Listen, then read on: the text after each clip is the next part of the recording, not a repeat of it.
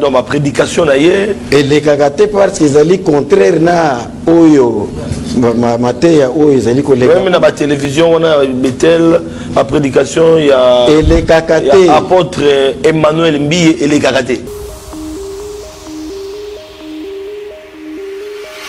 comme loko il y a ko violer ba texte et comme loko il y a famille église comme il y a famille il y a groupe d'individus orgueil tout ça ba makambo ebele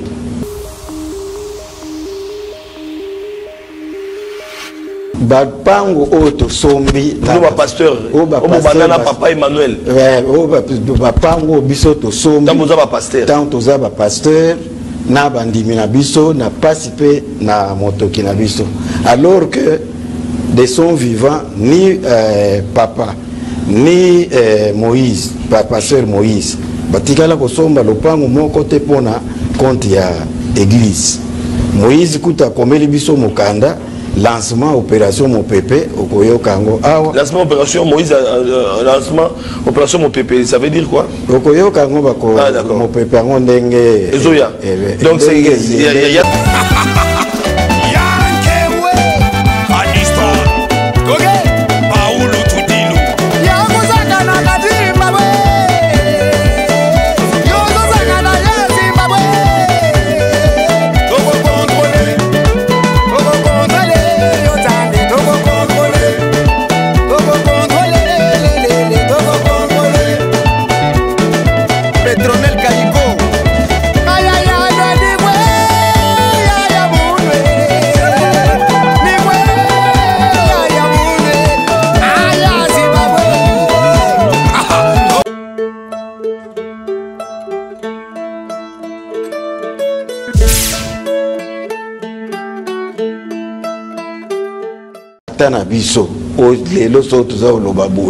c'est lui qui nous a formés, c'est lui notre père.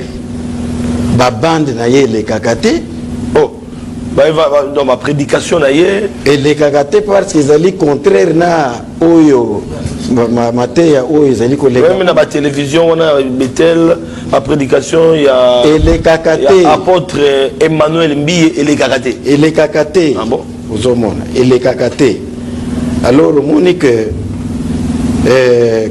croyant que nouveau statut et comme Melabiso Kimia, au contraire, et comme loco, il y a violé le texte, et comme loco, il y a famille, église comme il y a famille, il y a groupe d'individus, orgueil, tout ça, makambo, ebele.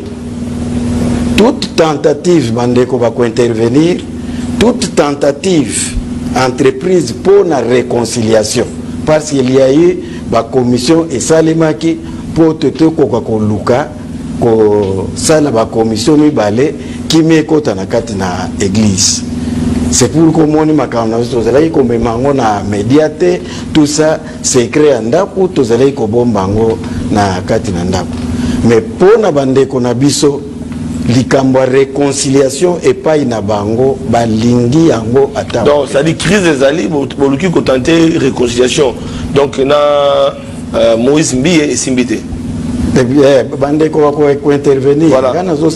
Oui mais au comme on train à 1 minute parce que déjà au débordé de 10 minutes. Elle a débordé. Ouais. Alors pour toute tentative il y a réconciliation et les locaux moko simbaki tete lelo bande ko balinga kangote babamba biso bakombo bavie wana babenga biso ba pasteur te bavie wana c'est bino odali génération Emmanuel Mbiye même on génération mosusu elenge azui bino pe papa bongo tika pe rebelle ba M23 batu basila esengeli te to longola bango. Ah bon? Alors patrimoine nyonso église et comment détourner na kanisi bako lobelango.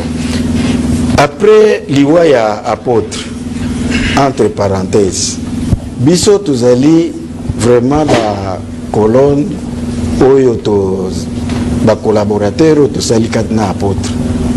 Après liwa apôtre bati biso penza donc pembeni ko ignorer tokomaki kuna na ba programme nyonso eloko moko oyo batie ba associaki biso nango ezalaki te balobi te toko associer bino na kati ba programme donc il faut mona ke eloko moko esalemaki na kati na nini te na annonce ya liwa ya Ntoma. Quelle n'a pas été notre surprise? Pasteur Moïse Mbille, dans ses communications, se proclame tantôt secrétaire permanent, tantôt représentant légal AI, tantôt et lors de la cérémonie funéraire il y a Ntoma abimi comme représentant légal AI, abimi comme représentant, non, AI était représentant légal par un groupe de pasteurs non membres à notre comité au mépris de la loi et texte de l'église. Batielié Maboko pe bazo lancer biso défi oyo akomeka ko simba ye akokuta na biso na nzela na ye. Alors ndeko Flavien, Bethel n'est pas membre à aucune plateforme au Monacana. Bethel tout ça la plateforme était. Alors depuis ce temps, l'église vit sous une tension, sous une haute tension orchestrée par le pasteur Moïse Mbille. Oyo a télémé à tout prix à récupérer Bampango, oyo ba fidèle ba sombe longo na ba pasteur na bango na participé na motoki. Non, personne n'a comprendre.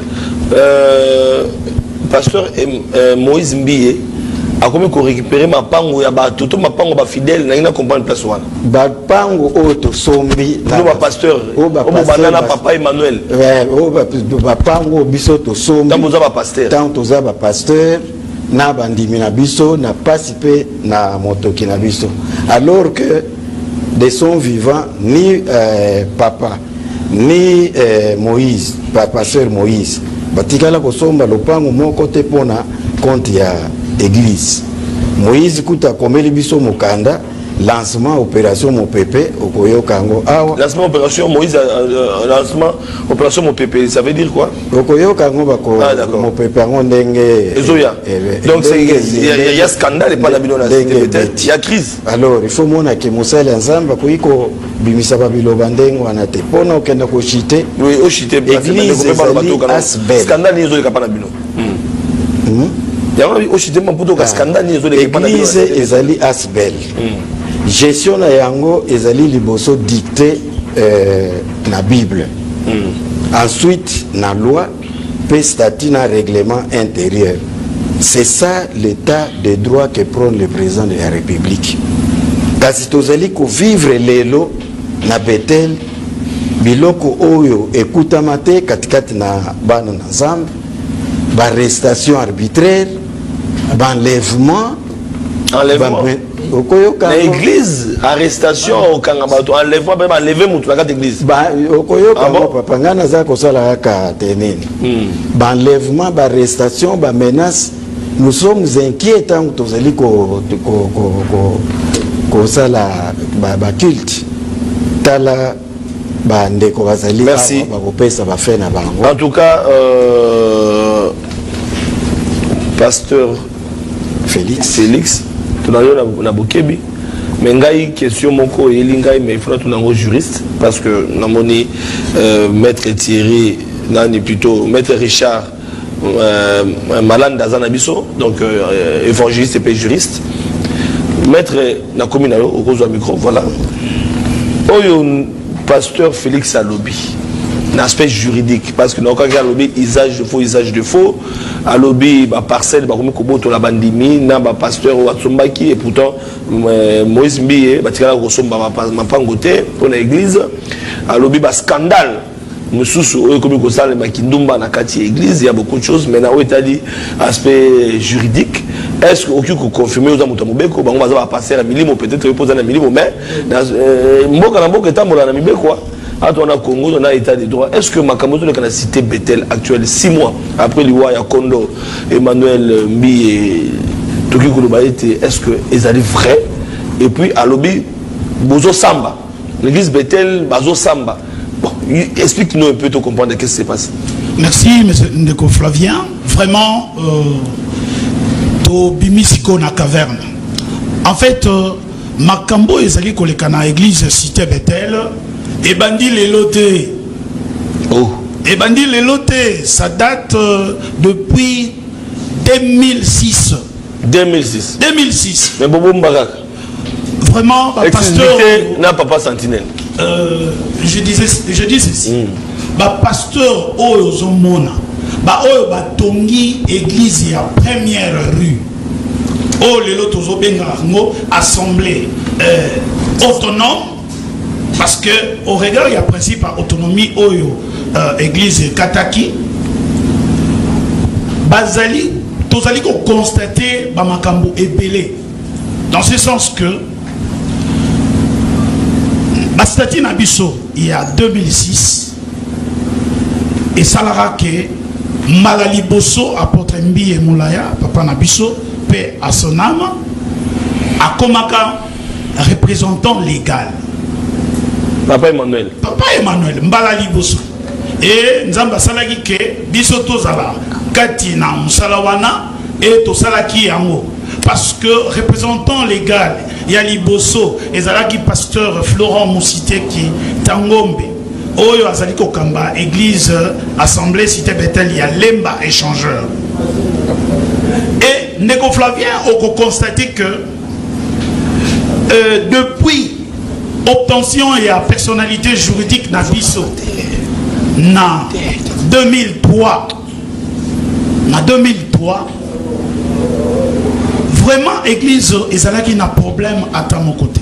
Depuis kaka papa akomaki représentant légal, le problème est bandit.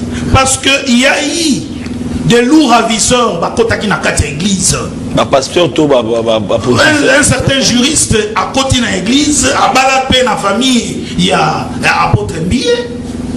Depuis que Kotaki na kati église Cité Bethel, le problème est bandit.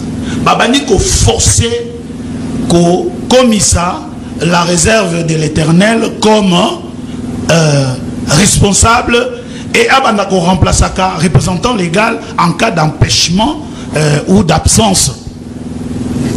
Et parce que Papa Nabiso Zaki est un peu malade. Alors sur le plan de droit, nous avons vu notre papa parce qu'il était très courtois, il parlait avec tout le monde et il acceptait aussi des conseils qu'on lui donnait. Mais malheureusement, comme plan machiavélique ezalaki déjà na kati ya bamoko na biso pour bakomisaka Moïse Mbi représentant légal bakei ba trafiquer ba statut. Le statut à Kala ezalaka ba trafiquer, ça veut dire ba trafiquer, c'est-à-dire ba asali babiloko sans que biso ba membre statutaire to yeba. Mais vous avez un exemplaire à Kala. Tout ça qui a un Kala bien notarié. Bien notarié. Ok, tout évolue. Alors, extorsion de signature, c'est-à-dire un secrétaire général a commis kotambola na banda ko ya batu a forcé au moni texte au va modifier mais bazo a signé. Et moi j'étais victime ba bengi ngai pona kende ko signer document non, je peux pas signer un document comme ça. Et il faut naïba contenu à document. Tant on a dévoilé ma makambouana, nous avons débattu le statut pour que Moïse Mbi devienne représentant légal en cas d'absence parce que papa Zaki déjà affaibli. Ce qui était curieux, meki ko forcé, babandi ko bengana ba pasteur. Et nous étions là, parce qu'il y avait aussi d'autres avocats, juristes, tels que Maître Yemwang, Tokutaki Bangokuna, non, c'est pas possible. Et moi, je me suis abstenu même à nous causer du tort au pasteur, parce que je ne peux pas exécuter un ordre mal donné. C'est-à-dire, Olanda, pasteur tel, Kangisaye, Akota Kacho, Boye Boye. C'est-à-dire, la carte cité Bethel, on a comprendre, pourquoi Kangisa va pasteur. La carte cité Bethel, pour Bozo Samba déjà. Nazoya. Enlèvement, mais est-ce que ça la pasteur m'a bien la carte église? Ah, voilà Boka Moussanga. Non, Koka Moité parce que c'est ça, c'est la parole de Dieu qui dit ça. Au temps de la fin. Vous avez suivi à travers le monde. Je vais vous informer. Au moment où vous passez, Best TV, on est sur 2 bouquets Canal+. Europe, Afrique, Naba province, et si comme église Bethel les alliés, papa nanga bakola nabino bandimi bakola nabino bozala ko kundo la makambe batamaki ndelo zo bimana poisa basali ya nzambe pe miso bakola nabino ba kambia mboka bakolanda. Trop c'est trop. Ce qui les loyo to bimi, c'est-à-dire to constater et commis exagération. C'est vrai qu'au katinga na maloba nazali ko loba koba tant basali ndenge wana na makamu nyonso vraiment c'était impossible de avancer. Il était question de saisir parquet pour parce que tu peux si conseil bah yo quitter oui à l'amiable bah yo quitter to bengi bateau basala kiango bah yo quitter.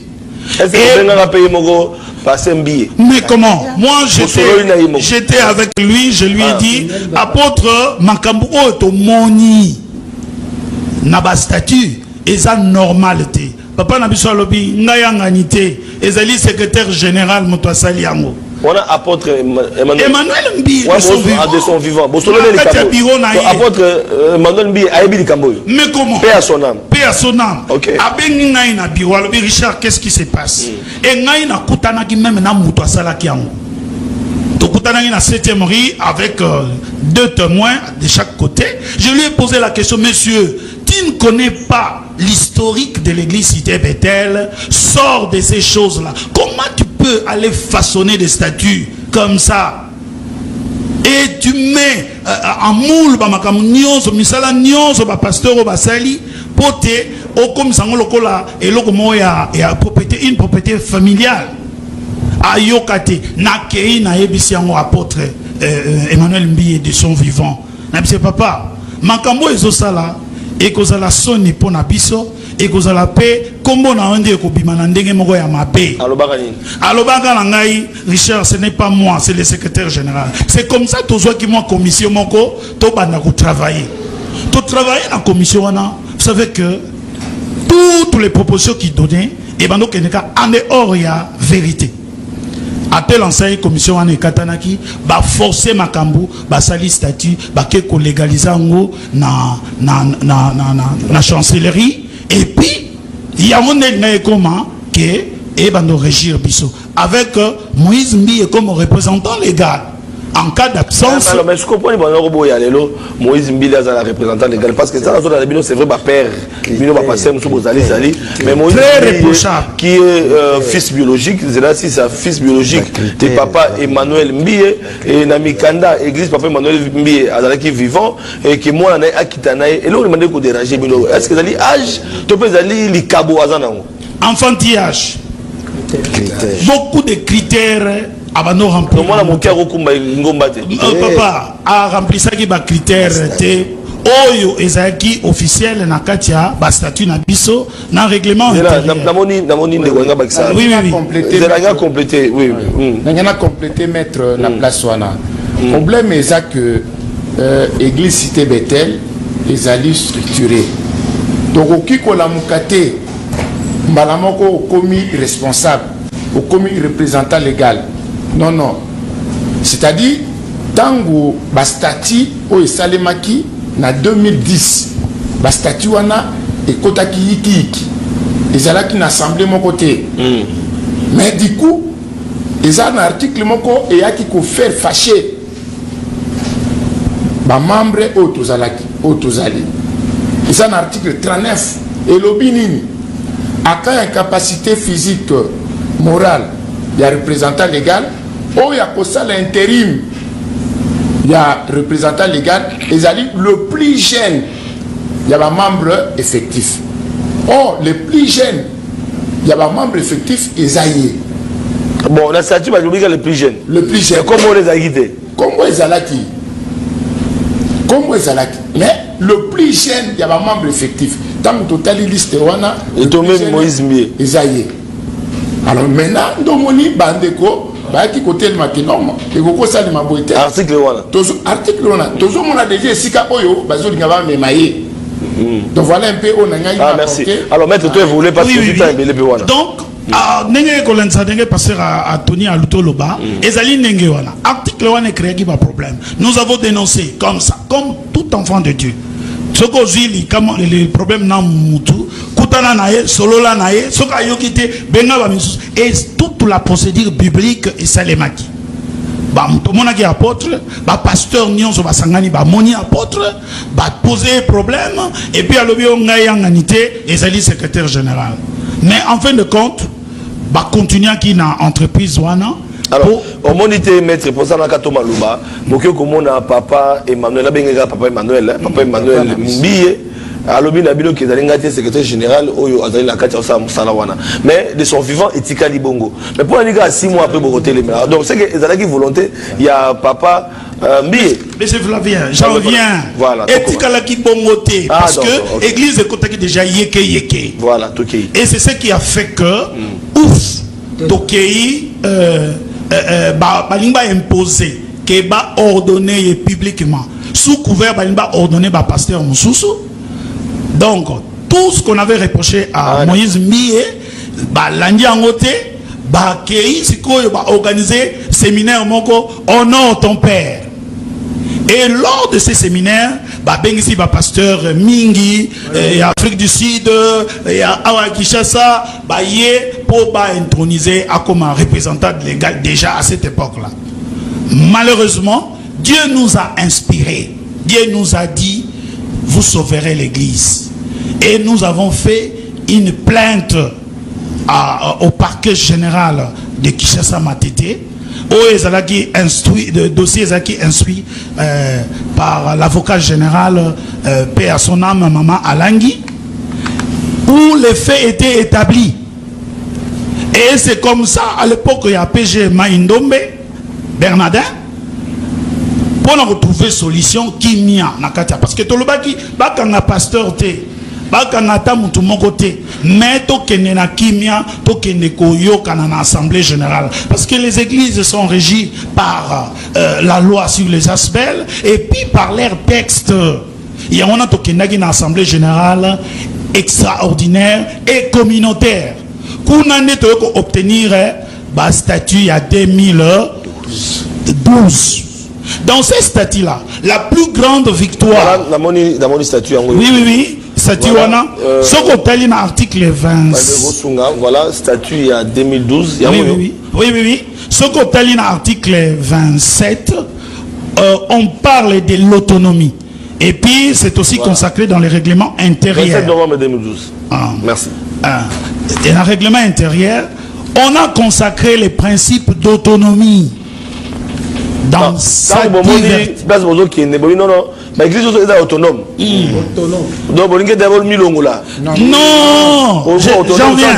Voilà. J'en viens. Quand on a, bon, à l'époque, moi, je faisais mon master en santé publique, et il y a eu des grands professeurs de Davar, de Namur, avec qui on a discuté sur le principe d'autonomie. Voilà. Parce que Ezali Lokola, Bisotozo Pesa apôtre l'Imémia, c'est une hétéronomie. Donc c'est-à-dire que céder moi autonomie nabiso et pas naé du fait de sa position, il est notre père, ainsi de suite.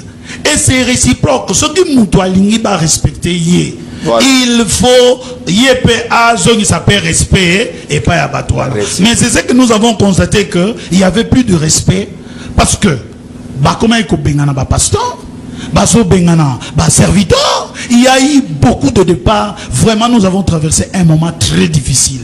Mais mais non, nous ne pouvons pas nous affaiblir. Il faut continuer à lutter pour tout l'ongwana biloko et à salité. C'est comme ça les principes d'autonomie administrative, financière, technique, sauf dans les aspects juridiques et doctrinaux. Quand on parle des aspects doctrinaux, et coché na texte na biso sur le plan doctrinal oyo ezo kamba biso.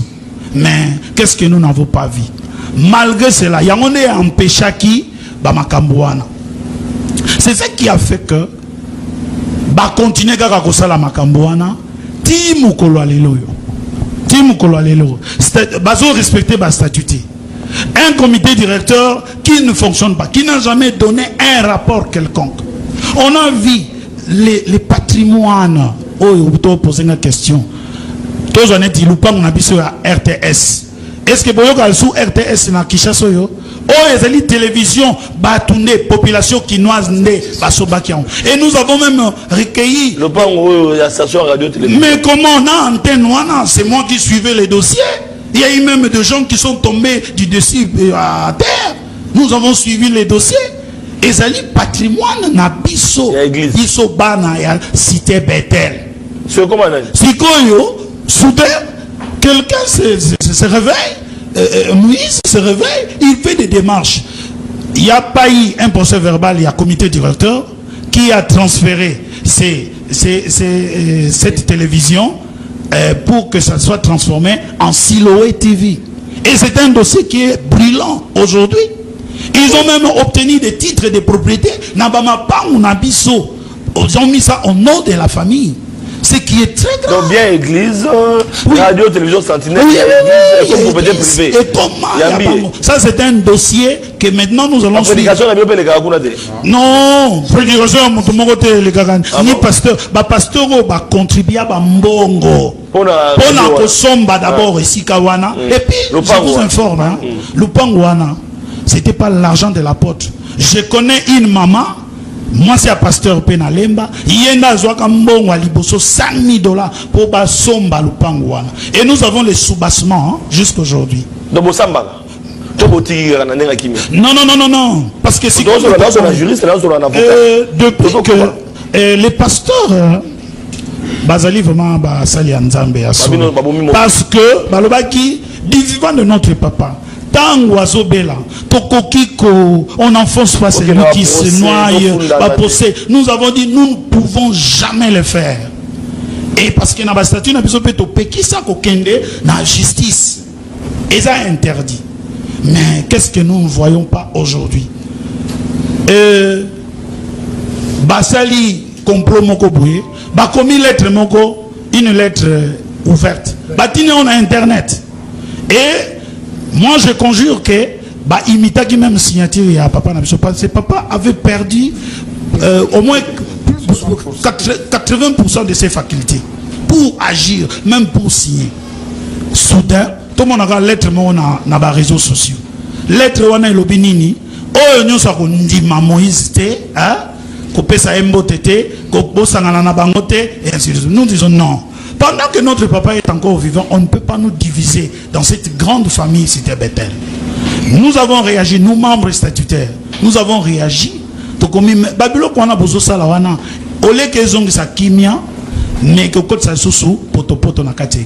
C'est comme ça que Yoka quitté. Sur le chef a convoqué Assemblée Générale. Les 14, du 14 au 15 septembre.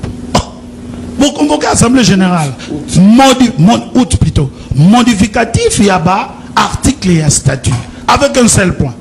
Et puis, salibiso, recouvrement forcé, il y a cotisation, il y a comme un membre statutaire, du coup comme ça.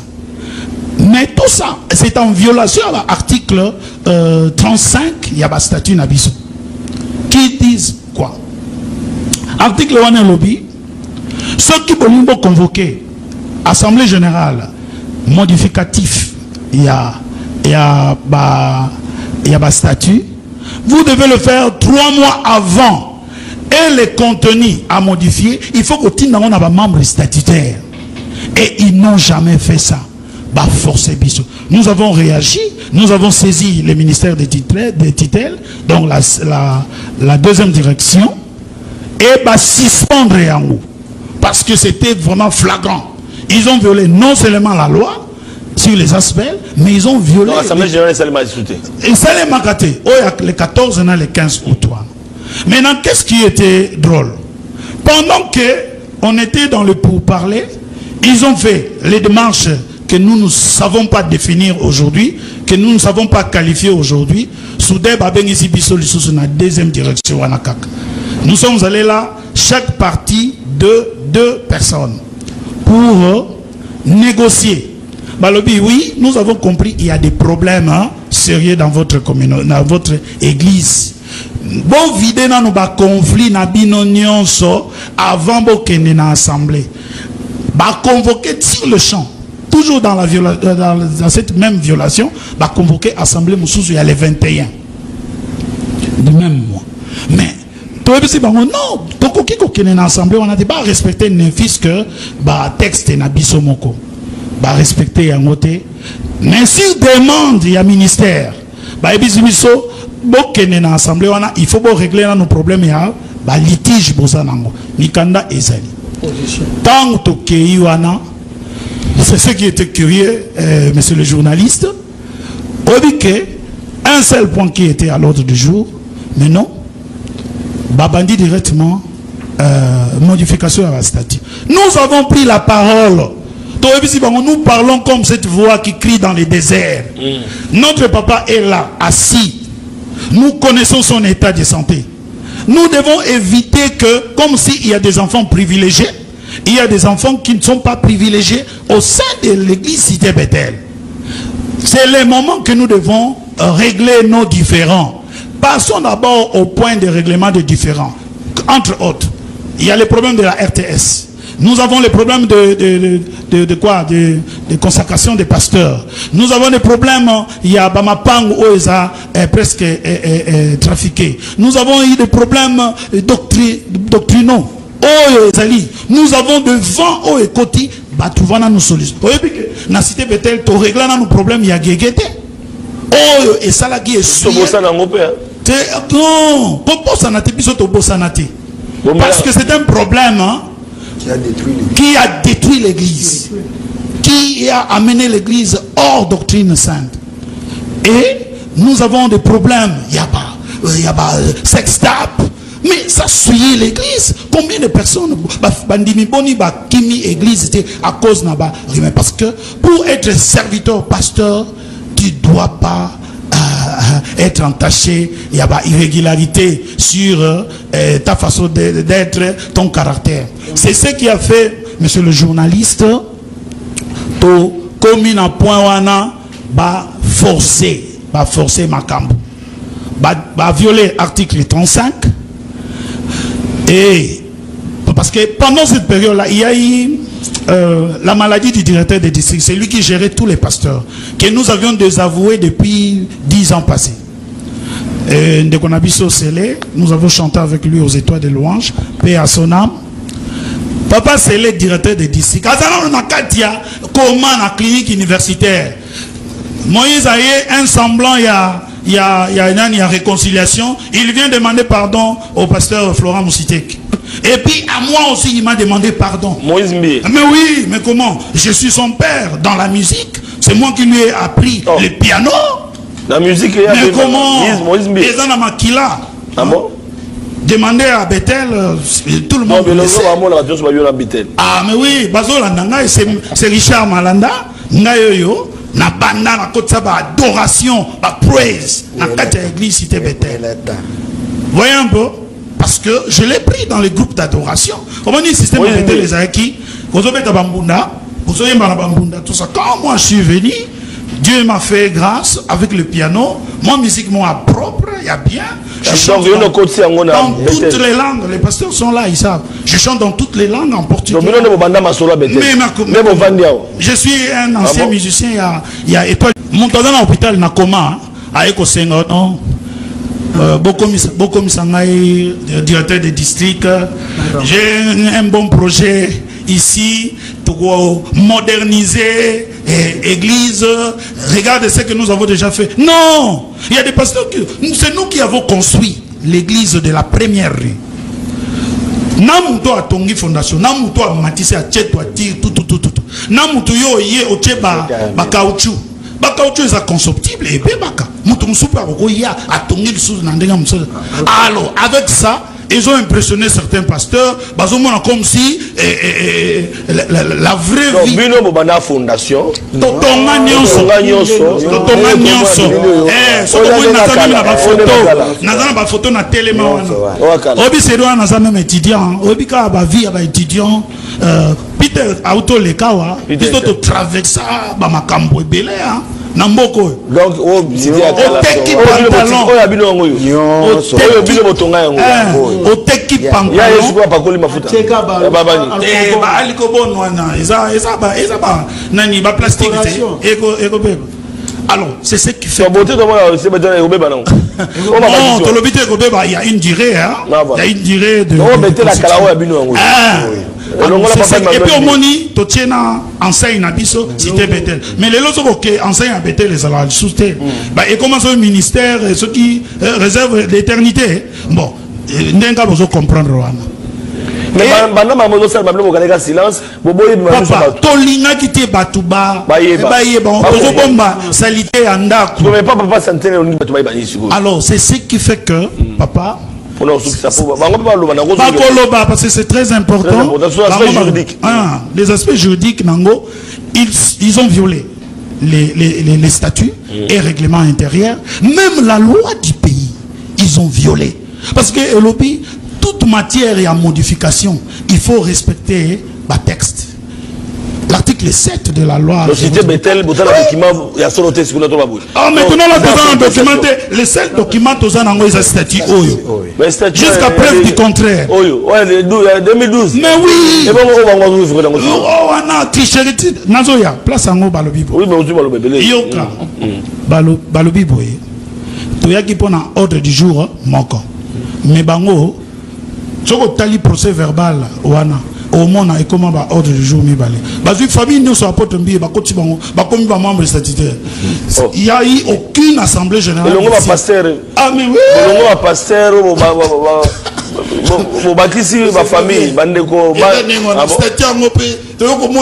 donc, Mawa. Et c'est comme une famille. Bazui, maman, Mie, Bandeko Nyonso à Moïse, Bazana Kati. Par quel mandat? Il n'y avait pas une assemblée générale où il siégeait. Voilà. Et puis, il était directeur de district par forcing. Il y a un publié qui a photo, mais ils ont fait n'importe quoi. Après, au fond, à côté, il y a pasteur Florent Moussité qui, pendant ça, la buzz, a publié, c'est la réconciliation. Non, une réconciliation tronquée.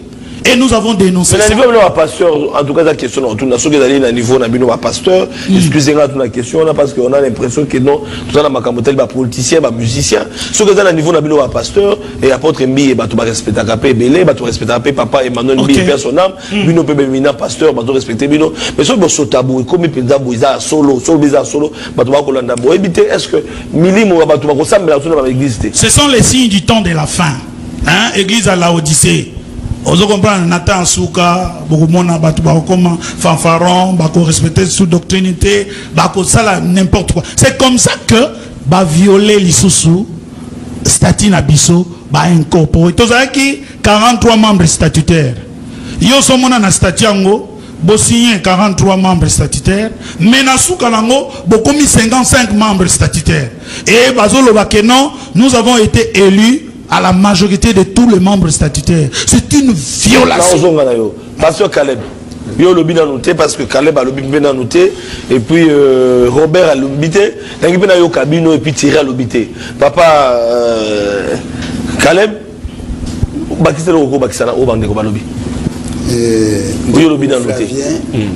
êtes très silencieux.